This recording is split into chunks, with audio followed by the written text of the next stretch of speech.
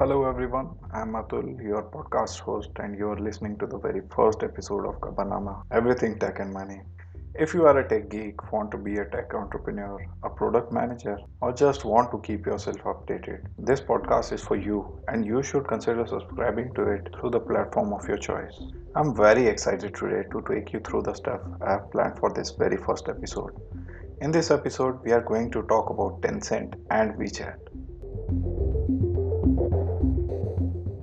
The real global tech giant of 21st century may not be Google, Facebook or Amazon. It would be Tencent.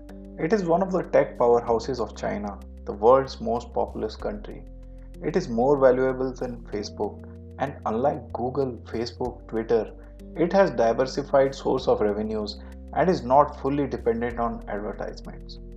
Behind the scenes, it has been steadily investing across companies like Tesla, Reddit, Uber, Lyft, Epic Games, Snapchat, and so on. After all, owning a slice of potential billion-dollar companies can give you money as well as data for your next investments. Want to know more? Keep listening to the podcast till the very end, where I have a certain giveaway for the interested one. But first, let us start with the major news updates from the tech world. Amazon recently announced its next version of Echo Smart speakers and has shifted to spherical design. It also announced launch of its gaming service called Luna, complementing Twitch, its streaming service. Several new offerings from Ring were also announced, including car cameras and a drone that flies inside your home. In the ongoing tech war, US has imposed export restrictions on top Chinese chipmaker SMIC, fearing that it's diverting its chips and other products for military use. In US, the TikTok case went to the federal court over Trump's decision to ban the app from fresh downloads, but it was able to receive a temporary injunction. There are still no signs that a deal with Oracle might get closed, as ownership of data and source code still remain an open issue. Spotify and Match.com, the owner of dating app Tinder, have joined hands with others like Epic Games to create an advocacy group that is protesting against the App Store policies of Apple, which includes charging 30% commission on all app payments. By the way, Google also announced the mandatory use of its Play Store billing for Android apps. Apple is supposedly going to launch the next version of its iPhones with 5G capability in next month. It'll include iPhone 12, iPhone 12 Max, and iPhone 12 mini. Now back to our Tencent story.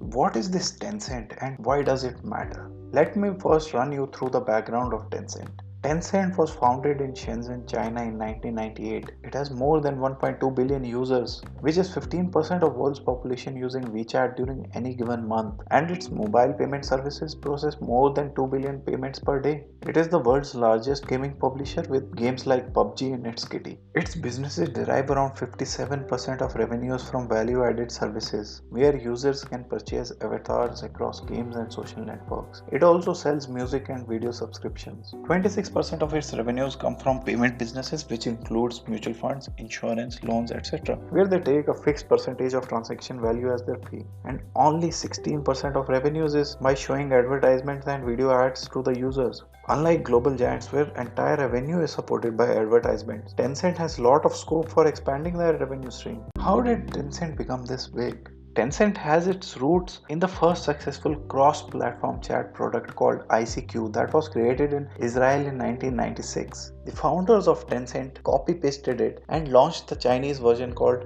OICQ, which became a sudden hit in China. Parent company of ICQ, Mirabilis Software, was soon bought by AOL, and it forced Tencent in a copyright claim to change the name of software from OICQ to QQ.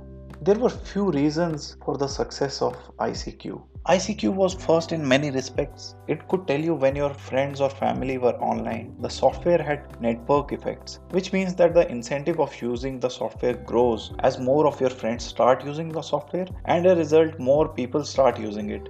The effect just keeps on multiplying. Also in the 1990s, the global technology sector was nothing but booming. Windows 95 had released, the technology had become accessible to everyone.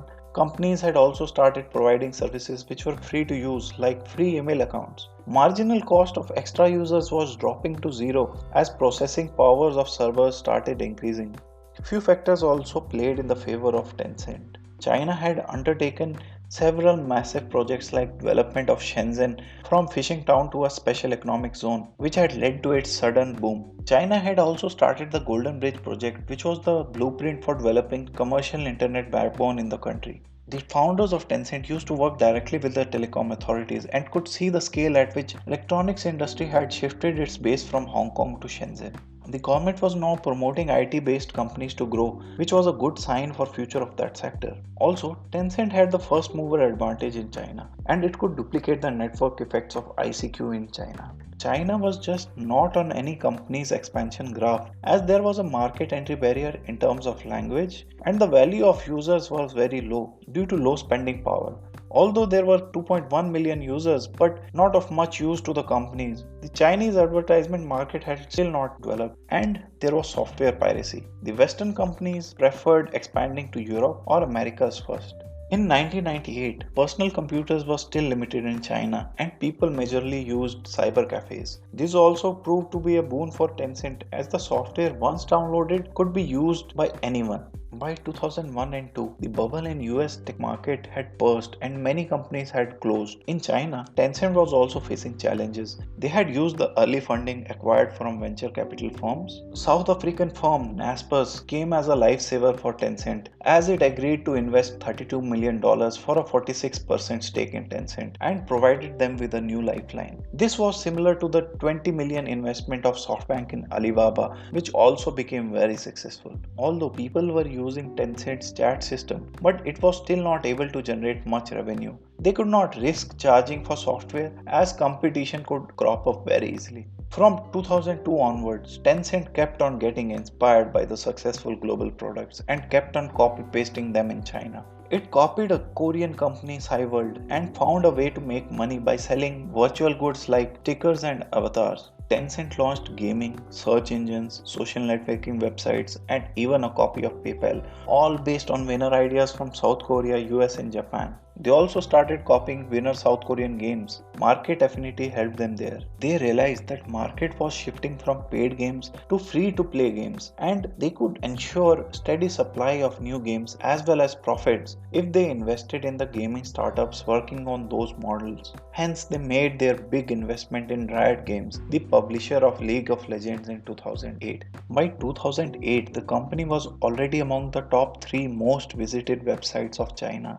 The mobile internet was already on a rise with the launch of smartphones and the cheap Chinese handsets. For many people in China, their mobile phone was the first personal device to connect to the internet. Tencent had also started investing in other successful models of the West like Kingsoft, JD.com, and Sogu. Its biggest revenue stream through the early 2000s had been value-added services, making over 70% of its total revenue, and the rest contributed by online advertisements and e-commerce. By 2010, Tencent had started to face competition from Alibaba and others, which were providing similar offerings. In order to survive and for long-term growth, Tencent had to evaluate new business offerings. Copying and imitation could lead them to this far only. And now the business demanded innovation. But what is innovation? It can also be incremental improvements or incorporating ideas from different domains. Ma Hoteng, also known as Pony Ma, the co-founder of Tencent, has always told in his interviews that innovation is the result, not the cause. One small group evaluated such innovations and came up with the idea of Weixin, which later came to be known as WeChat. The company by then still hadn't been able to tap user data or contextual advertisements. They realized mobile would be leading the next wave, as traffic to their websites had already indicated that.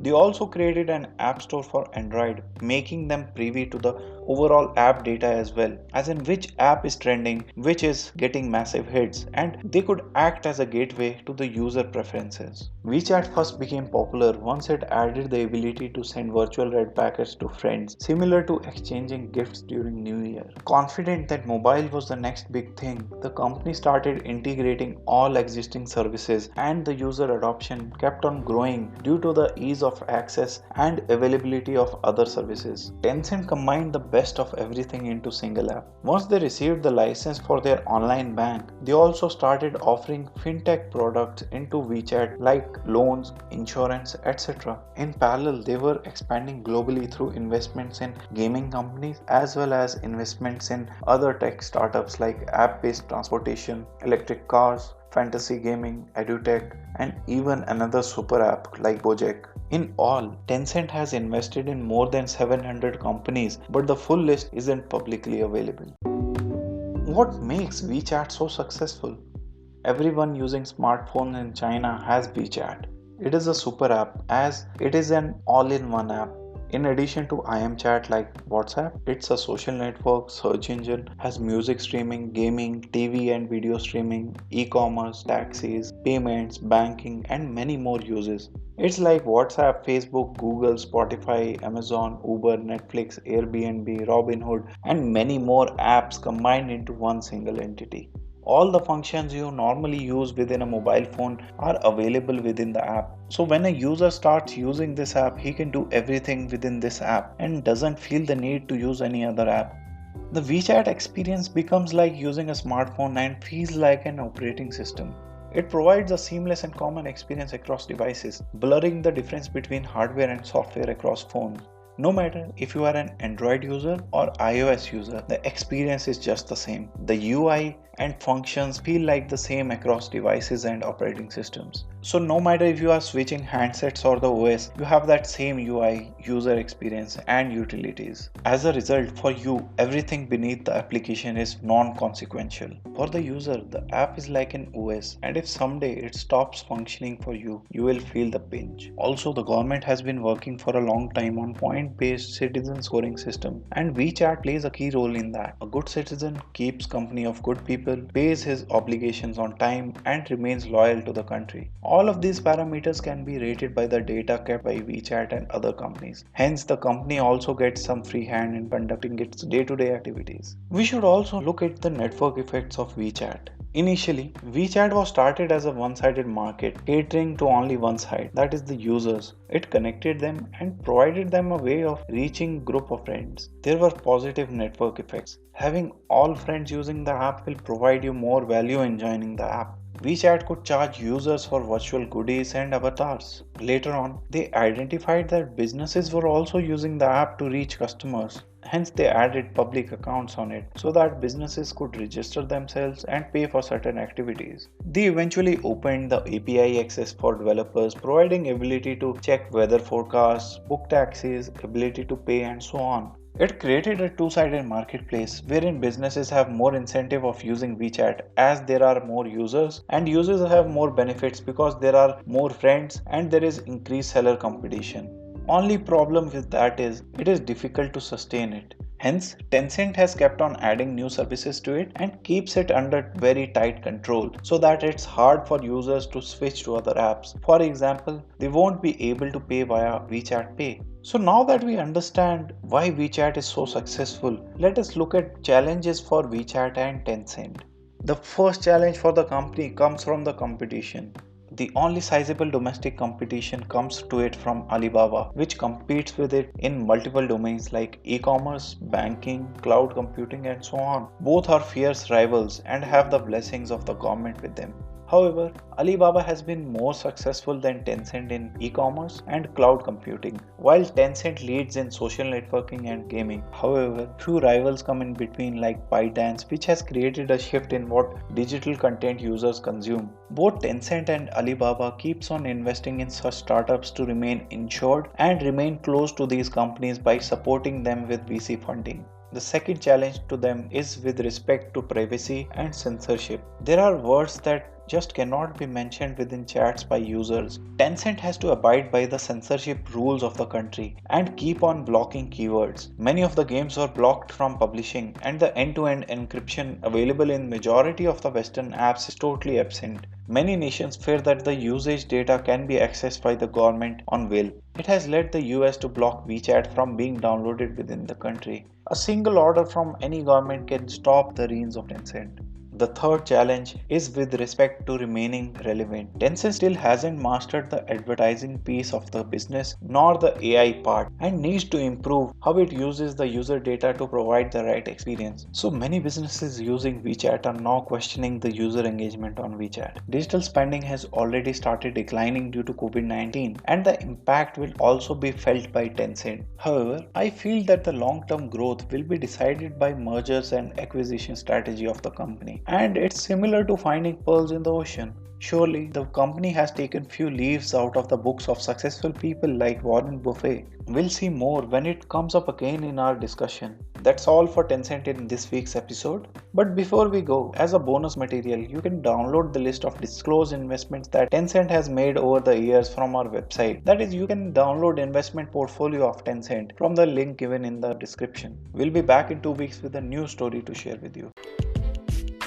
This episode of GabbarNama, Everything Tech and Money, is brought to you by us. As you have made it this far, we hope you are enjoying the show. You can show your support by sharing this podcast with a friend who might enjoy it as well. Bye bye for now.